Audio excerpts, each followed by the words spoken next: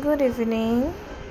Last 2 দিন ধরে আমি আমার ছেলেকে এই কয়েকটা ওয়ার্কশিটস করতে দিয়েছিলাম। এই যে প্রথম এই যে ডট টু ডট ম্যাচিং করতে দিয়েছিলাম, আর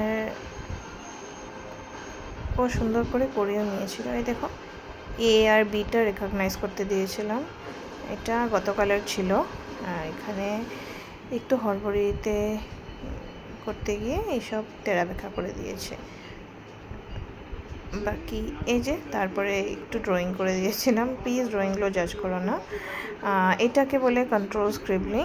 যে কোনো তুমি একটা বক্স বা শেপ একটা ড্র করে ওইটার ভিতরে যাতে ও স্ক্রিবলিং করে, এটাকে বলে কন্ট্রোল স্ক্রিবলিং।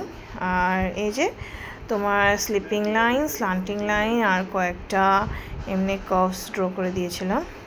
তারপরে এটা হলো তোমার যে কোনো তোমার ফ্রুটস আর ভেজিটেবলস, এখানে আমি ফ্রুটসে ড্র করেছিলাম, আইডেন্টিফাই করতে দিয়েছিলাম।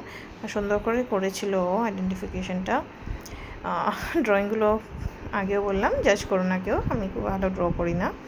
আর এখানে 1, 2 আর এবিসিটা আইডেন্টিফাই করতে দিয়েছিলাম। আর এখানেও একে এমনি টাইম ছিল তাই এ বি আর সিটা জিজ্ঞেস করে ওকে কালার করতে দিয়েছি। আর আবার কন্ট্রোল স্ক্রিবলিং দিয়েছিলাম যাতে ওর হ্যান্ড মুভমেন্টটা একটু কন্ট্রোলে আসে।